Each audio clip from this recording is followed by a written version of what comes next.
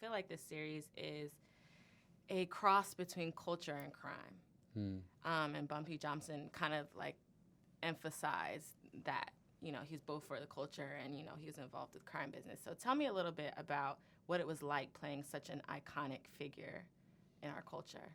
I mean, it's exciting when you play in a character that's real, because you get a chance to like go explore like the time. You know, I got to study the period, civil rights movement, what was going on, meeting with people that were, you know, involved with him, like other gangsters that worked with him, and so it really opened up a new world for me in a way. I knew Bumpy Johnson as a mobster, as somebody who ran Harlem, but I think understanding his relationship to the civil rights movement through Malcolm X, and understanding like his touch with the political world through Adam Clayton Powell, all those things let's expanded and expanded as we developed the project. And I think the project really addresses a lot of different issues, a lot of issues of today.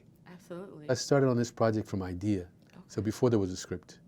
You know, so I got involved with it then with Mark Kwan and with Jim. Then we got Chris and Paul to write the script and become producers and showrunners. So it was always an intention to like allow it to reflect what was happening today. And there was the excitement, because the excitement for me was that it was going to be addressing those issues. Yes. And that was why originally I signed on at first only as a producer. And then I said, if we get to achieve what we're trying to achieve, then I'll act in the piece too. So ultimately I did. And I feel proud of it. It did just that. So you're used to playing strong figures. I mean, from Last King of Scotland to Black Panther, you're used to playing these strong men who are involved with their community, good or bad.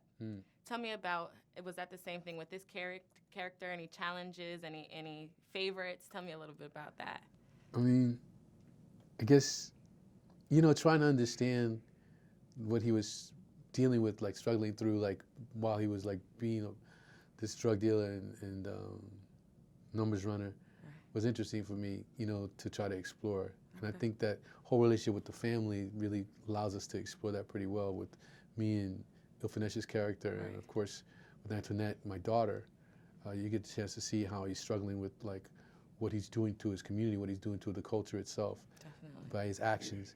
And I think it becomes, in a way, the education of Bumpy Johnson in that way, that he needs to understand what he's doing and how he can affect the community in a positive way, and still be able to excel and get the American dream, you know, which he feels is denied of him. He wanted to be a lawyer, you know. Yeah, and he kind of had to resort to this lifestyle to just try and offset that. So just one last thing. If Bumpy Johnson was still here today, tell me what you would say to him. Good, bad, or indifferent, just tell me what you would say. Or ask. What would I ask him? Well, I would ask him, did he see himself more as a gangster or as a banker? I think I would try to tell him that I think you have to really analyze, although I understand that some commodities are destructive. Definitely. You can't just sell anything to the community. You have to take responsibility, find another way. Definitely. All right, well, first, thank you so much. Sure. I enjoyed the series so much.